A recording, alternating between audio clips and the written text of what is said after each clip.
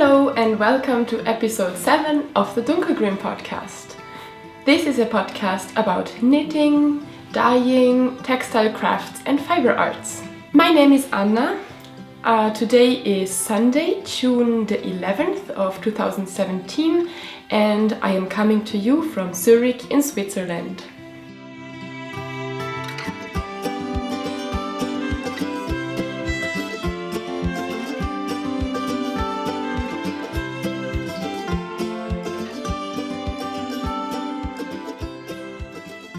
You can find me on Instagram as Dunkelgrün with an underscore and on Ravelry as Nainiela. There is also a Ravelry group for the podcast where you can find knit-alongs, giveaways and chatter all around the podcast. Detailed show notes with links to all the projects and things that I am showing you in this podcast you can find on dunkelgrün.com. Check out the info box below this video for links to all these places. Welcome and thank you for tuning in today. It has been about 2 weeks since my last episode and a lot of things have happened in these 2 weeks. I have been to the beautiful wedding of one of my best friends. I have had my birthday and also there was my graduation ceremony. So now I am officially allowed to carry the doctor title. For those of you who haven't seen previous episodes, I am a doctor in chemistry. After all these exciting things, unfortunately I caught a bit of a cold. I am still a little bit under the weather, but I think I am ready to record an episode for you today. And during the time I was sick, I was able to get quite a lot of knitting done. In this episode, I'm going to start talking about knit-alongs and some podcast recommendations. Then I show you what I am wearing and what I am knitting. I will show you also some different types of ribbing that you can do for the cuff of a sock. And in today's dyeing segment, we are going to talk about pooling yarns, how you can dye them and how you can recognize them. If you are interested in only certain parts of this podcast episode, you can check the info box below the video and there are clickable links to the different segments. Let's start by talking about knit-alongs. There is the summergarmentKAL, co-hosted by Celeste from the Yarn to Table podcast and myself. There is a chatter thread and an FO thread in my Ravelry group as well as in hers, and you're highly encouraged to double dip or triple dip with other KALs as you wish. And the goal of this KAL is to create summer garments, because many of us lose the aim of knitting garments during the summer, and so this is a great opportunity for you to knit a top, a vest, a skirt. Anything light and summery will count for this, so come on over and join us.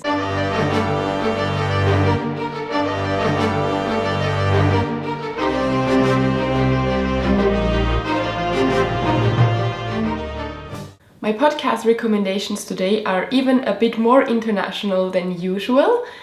The first one that I would like to recommend you to check out is By Night Creations with Natalie from Belgium. Her podcast is in French, but if you don't speak French, head on over to Instagram and check out her beautiful work. On Instagram, she is @ByNightCreations.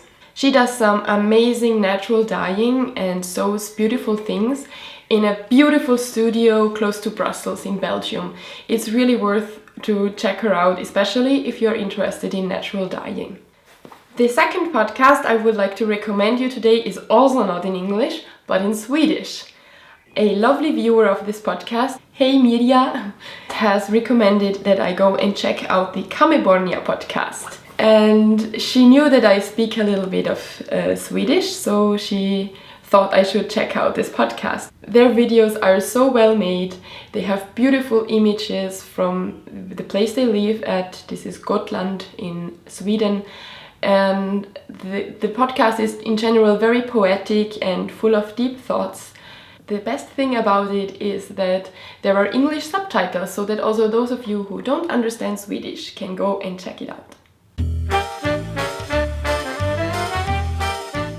This is the sunray shawl. I made it out of hand-spun yarn, out of fiber from cdspind.ch. CD is a lovely dyer, spinner master, I would say, and she has an online shop with yarns and fiber, and also she has some beautiful knitting designs, so go over and check out CD.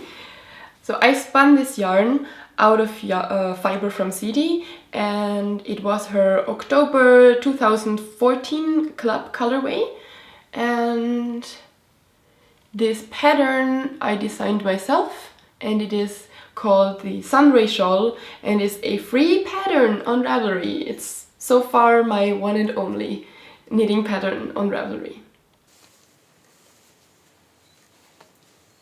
Oh, the fiber, I forgot to say, is 50% Poolworth and 50% silk, Tassa silk, so it is really a joy to wear. It's soft and airy and I love it. With this, we are ready to start with finished objects. My first finished object is a pair of socks. I have shown you this, the cast on of the socks already in the previous episode, and I have managed to finish them. They are a beautiful self-striping yarn with a very high cotton content. So here's the yarn.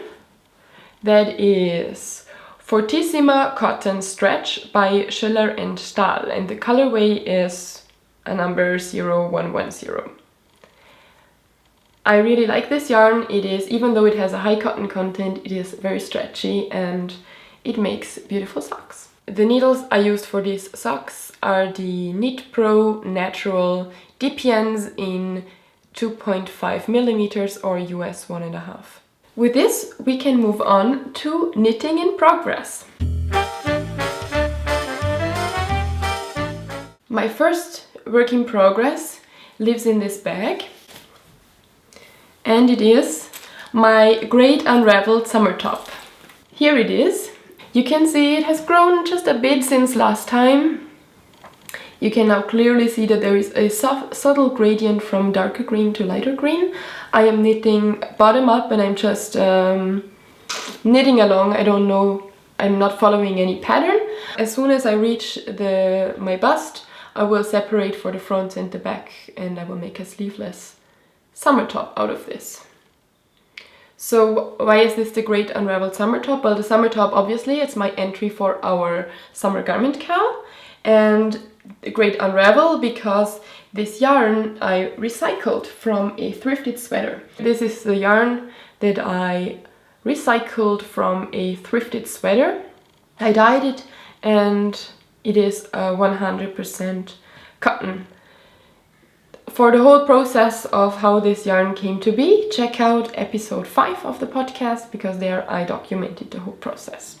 My next work in progress lives in this little bag, and it is out of yarn that was gifted to me by a very special person. The lovely Marina, who is known as Marina Toys on Instagram, and she's also the host of the Strawberry Patches podcast on YouTube.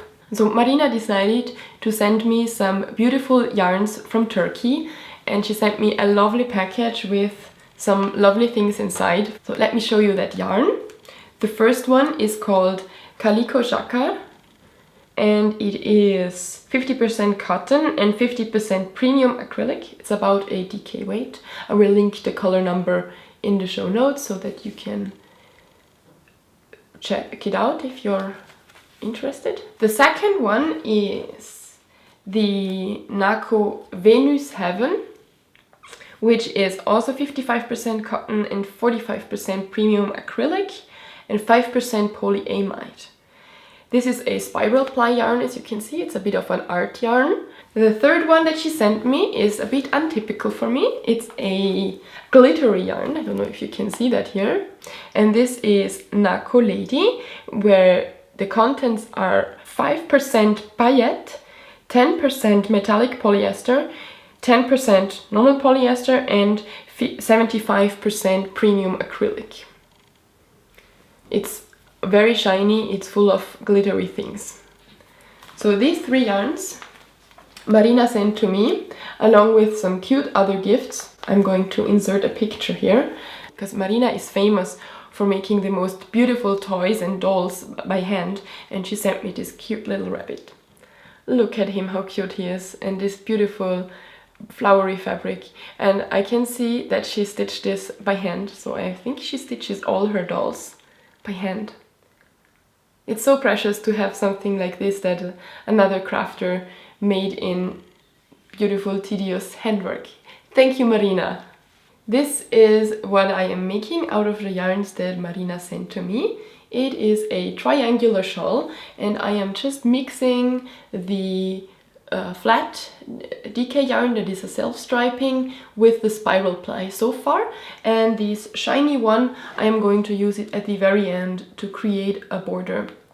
This shawl is going to be a present for someone very special in my life who doesn't like wool. My sister.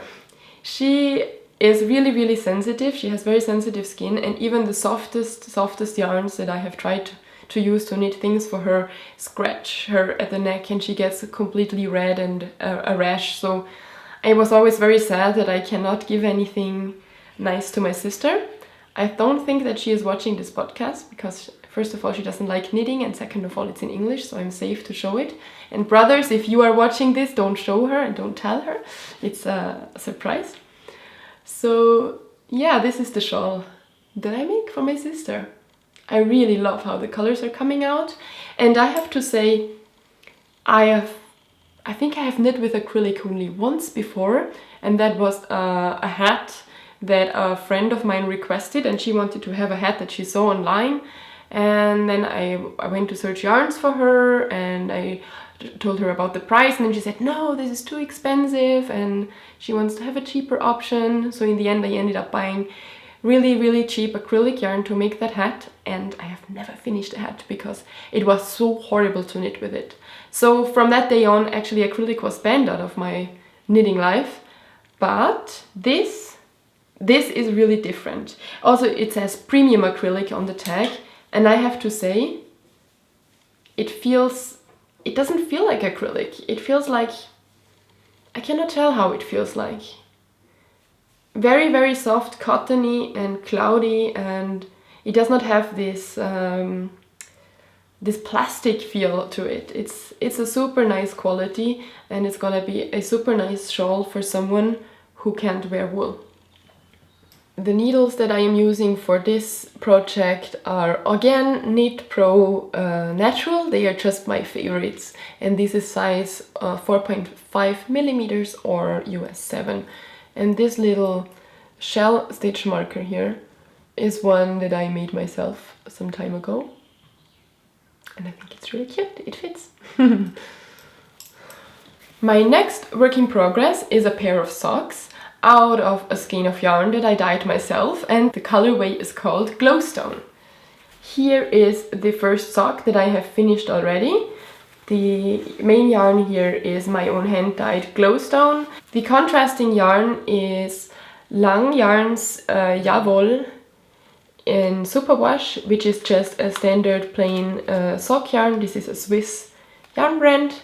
And here inside this skein is, as usual with Swiss and Austrian yarns, you get this little piece of reinforcement thread in the middle that you can use to reinforce your knitting. I did that also. I held the yarns double in order to knit this cuff and the heel, which is a short row heel. It's not a fish lips kiss heel, it's German short rows. One thing that I wanted to talk about in this sock is the cuff and the ribbing that I have used here. So as I've said, I have used the contrasting yarn together with a reinforcement thread, and I have done a simple 1x1 rib, which is knit 1, purl 1. And I know many of us don't like that rib for the fact that it is looking a little bit irregular. I guess you can see that here also, because the knit stitches are getting very wide and pulled out. And this is why many people go and knit a twisted rib with a knit one through the back loop, purl one. And I have also done that for a while. I will show you now some socks out of my collection. Here you can see that the rib looks much neater because the knit stitches are pulled together much more and form these neat little columns. However, if we are looking at the functionality of this rib, there is no functionality. It is just decorative. This does not pull together anymore. After some time of wearing, this will wear out and it will not be pulling together anymore. And I think that this is an important part of the rib, that it is functional and not just pretty, because I want my socks to stay in place and not go down, and that's why I have stopped using that rib. By the way, this is one of the first socks that I have knit for myself, and it is out of yarn that I dyed with indigo. The blue is indigo and the green is indigo and birch leaves. If I now show you in comparison another sock, this is one that you have seen in episode 2 and 3, with a 1x1 normal rib. Maybe it's not as pretty as the other one, but this rib is pulling together. So if I am wearing this, my sock is not going to fall down. And that's why I have decided to go back to knitting normal knit one, purl one ribs. There is even another rib that is even more pulling together and holding your sock in place, and this is a knit 2, purl 2. And this rib I have used in my famous rainbow socks that you can admire in episode 1 of the podcast. And here you can see how I have done a very long rib, because these are very long socks that are going up to my knees, and I wanted them to stay in place very well, so I did a very long section of knit 2, purl 2, and you can see how that pulls together, and I've worn these socks already. So if you want your sock to stay in place, I would recommend you to do the knit 1, purl 1, or even the knit 2, purl 2 rib. And if your main focus is that it looks pretty, then the knit 1 through the back loop, purl 1 rib will be the right choice for you. And now I would like to talk a little bit about the color pattern that you can see here in this main yarn, the pooling that it creates. How can you tell that a skein like this will create pooling like this? So what is pooling? Pooling in general is if you have a short regular color repeat, too short to be self-striping, then you knit it in a round. You also create a regular pattern, so to say. So this regular repeat is reflected again in this regular pattern, but it is maybe sometimes shifted a little bit because the tension changes a bit, or also because the size of the round is different than the size of the circumference of the skein, of course. The pooling happens mainly if you are knitting over a constant amount of stitches, if you're not decreasing or increasing. And that's also why I chose here to do this kind of heel instead of a heel flap and gusset, because with a gusset I have to decrease all the way down here, and then this pooling here will be broken. You can see that in the toe here I didn't use a contrasting color, and you can see how the pooling changes. How can you now tell that this kind of a skein is going to pool? I am going to open it up for you so that maybe you can get an idea. If I open the skein up, you can see that there is a clear segment of yellow here, and the rest is gray with the darker specks, like a bit in between the yellow and the gray, green, turquoise. So this is very typical for pooling, and you can see the way it was dyed was that I just hung this part of the skein into the pot to dye it yellow, and this part of the skein I hung into the pot to dye it this color, turquoise gray. So that is how you very easily can recognize a pooling yarn, and that is easy if you are buying yarn that is not reskeined, because after it has been reskeined, this order of course gets lost, and it's much more difficult to tell, like here in the ball, that there is a repeating pattern in it. I have done a little dyeing experiment. I have dyed 2 skeins where I have used exactly the same colors but without them pooling. Here you can see the other skein that I dyed, and in this one I applied the color more irregular in order to avoid pooling from happening. If you look at it, you can see that in the pooling skein you can really see that there are these segments of identical colors. And if I open up this one, you will see that there are no large areas of the same color. It is more or less, if I also turn it around a bit, it is more or less random how the color is applied. Maybe I'll show you it like this. The color is applied more or less random. There are no large giant blobs of one or the other color, so if you knit up this skein, it will probably not pool. I have dyed up even a 3rd skein where I let the colors mix even more. So if you look here, these 2 skeins have been dyed with exactly the same amounts of the same dyes, and the bottom one is the pooling one, and the top one will certainly not pool, but also all the colors have mixed up a bit. I want to talk a little more about another yarn that I dyed, and it also fits with the pooling. Last weekend I have been at the zoo, and there I have taken a beautiful picture of a chameleon. And when I saw that chameleon, I will put the picture here, it was clear to me that I have to try and dye some yarn in the colors of it. I just tried to mix the colors from the primaries, and I was surprised that I could do it rather well. So here is my chameleon. It is full of those awesome turquoise, teal colors and red. And now, after you have seen my introduction to pooling, what would you guess does this skein do? You can see that the colors are very separated. Like, this is a segment of the skein that is red, and this is a segment that is blue. And if I open it up, which I'm going to do now for you, if I open up the skein, you can see this area here is red, and on the other side we have the blue and the turquoises. So this yarn is most certainly going to pool. Here is my chameleon. Now I would like to show you how you can recognize that this yarn is pooling if you are just having a skein that has been reskeined or a ball of yarn already. I'll show you with the ball, but with the skein that has been reskeined, it's kind of the same thing before you start knitting if you want to figure out if you're going to have pooling or not. So here is my skein of yarn. I'm just going to pull out some yarn, and first it comes out yellow, and then it does a transition to turquoise. And I'm going to put my finger here where the transition is. And now I'm pulling out the thread until I will find another transition from yellow to turquoise. So I'm just pulling out. Now you cannot see that. Here I have found another transition from yellow to turquoise.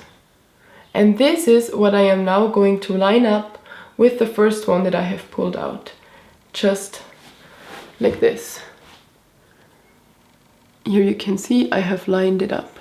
And now I'm going to continue pulling out. And as I'm pulling out, the colors are going to always line up. Wow, this is very hard to show.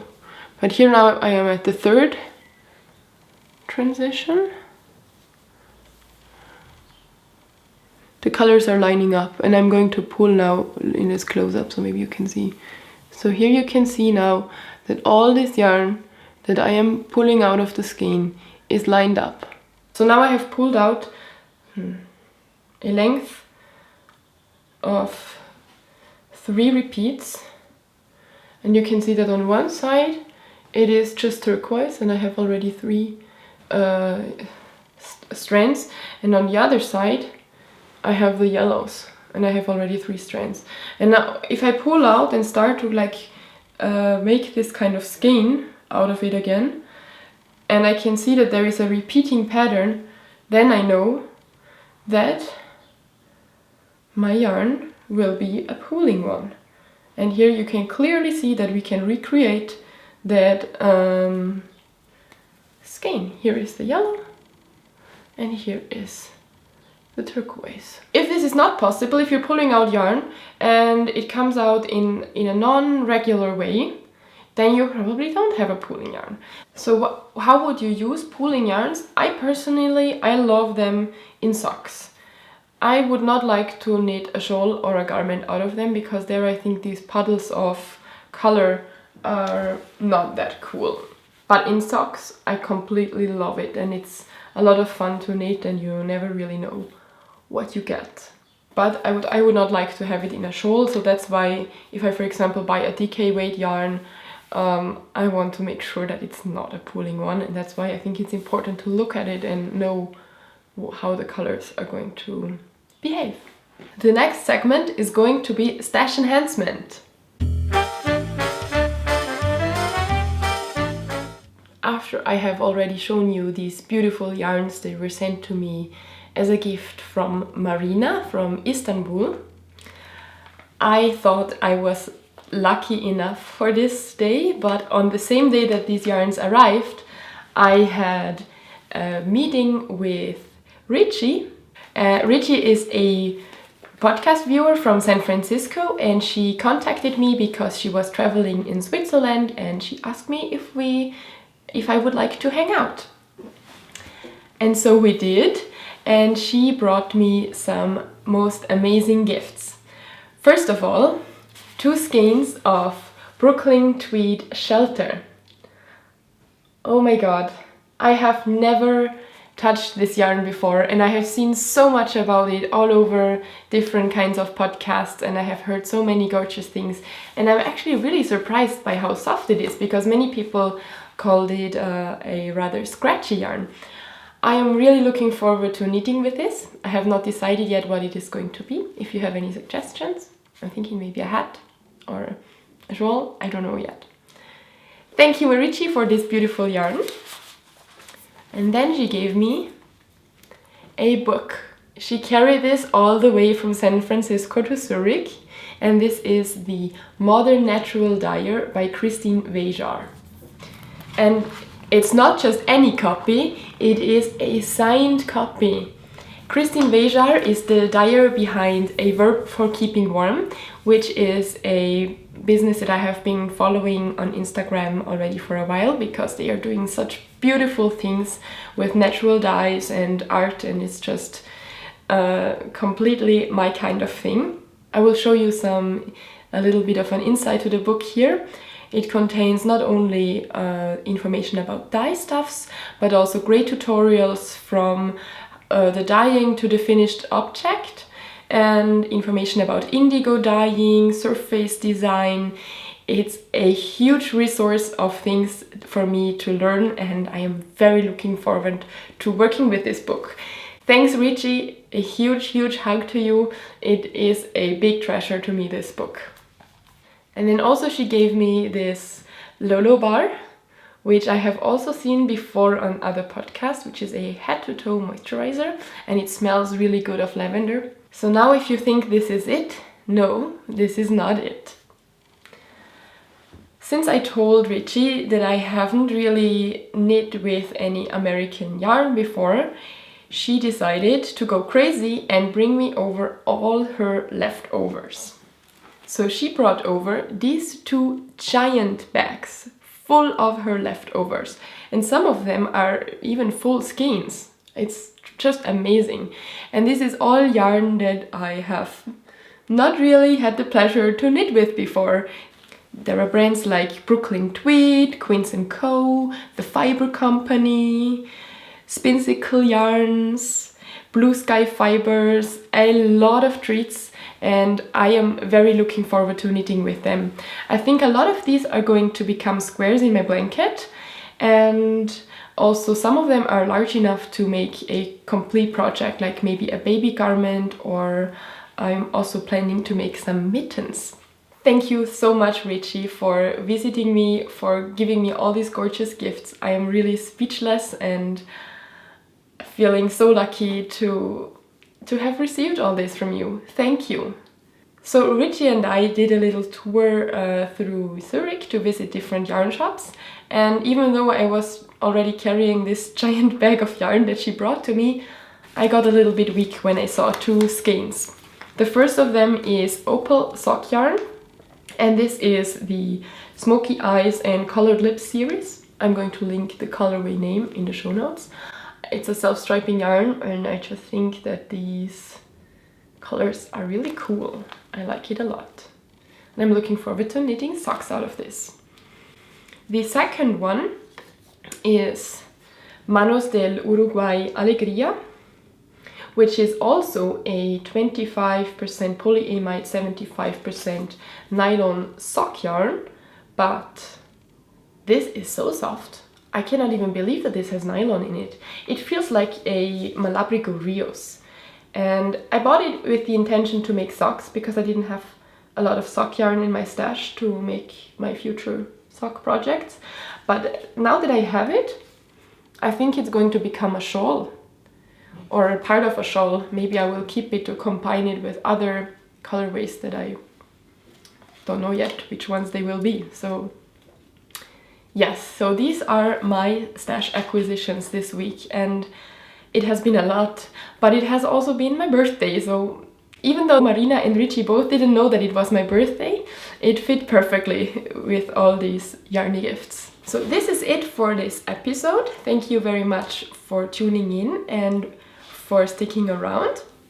If you have any questions, please contact me either on Ravelry or on Instagram. And if you have any questions that you would like to have answered on the podcast, we have a questions thread in the Ravelry group. Also come over, join the knit-alongs, join the chatter, and let's hang out together. Thank you for all your support, and I hope you have a beautiful time knitting, enjoying summer, and see you next time. Bye!